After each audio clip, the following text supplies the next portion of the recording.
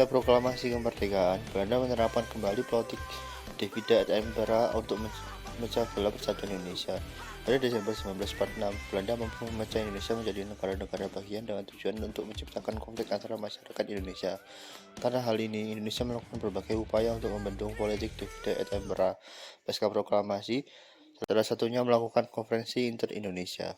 Latar belakang. Terjadinya konferensi inter-Indonesia dalam perjanjian Romorayon 7 Mei 1949. Indonesia dan Belanda telah menyepakati tentang pelaksanaan konferensi meja bundar yang akan diselenggarakan di Den Haag, Belanda pada Desember 1949. Pemerintah Indonesia menilai perlu adanya persiapan strategi diplomasi dan konsolidasi sebelum pelaksanaan KMP. Dengan latar belakang tersebut, maka diadakanlah konferensi inter-Indonesia antara pemerintah Indonesia dan pemerintah negara bagian yang tergabung dalam BFO. Setelah mengetahui latar belakang terjadinya konferensi ini, apa sih tujuan dilakukan konferensi inter-Indonesia? Tujuan konferensi inter-Indonesia. Tujuan diadakannya konferensi inter-Indonesia ini ialah untuk membentuk suatu negara federal atau negara yang sanggup disebut dengan negara serikat. Di dalamnya terdiri dari pemerintah pusat, provinsi, dan daerah.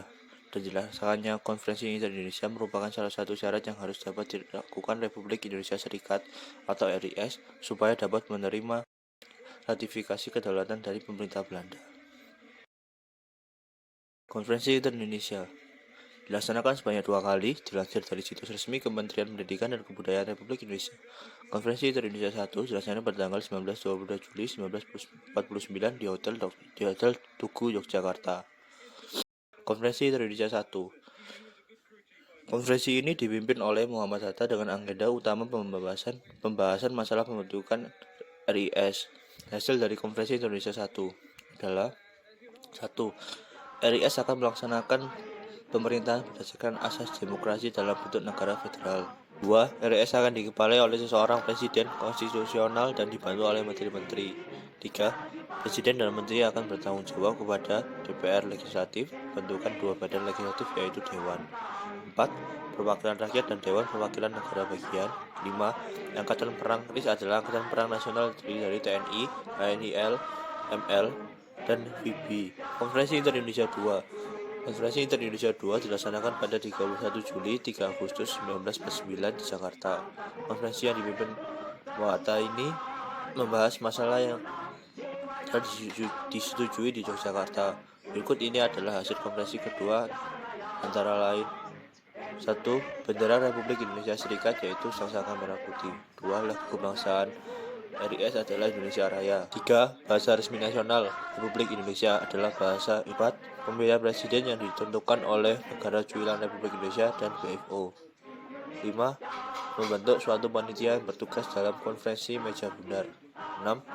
Anggota MPRS Majelis Permusyawaratan Sementara ditentukan oleh negara cuilan yang berjumlah 16 negara. Kesimpulan: setelah dilakukannya Konferensi Inter-Indonesia 2, lalu pelaksanaan KMP di Den Haag dilakukan pada tanggal 23 Agustus 1949 hingga tanggal 2 November 1949. Berikut ini poin-poin isi perjanjian tersebut diantaranya: 1. Belanda menyerahkan suatu kedaulatan atas Indonesia terhadap pemerintahan Republik Indonesia Serikat tanpa syarat dan dianggap dan sanggup dicabut. 2.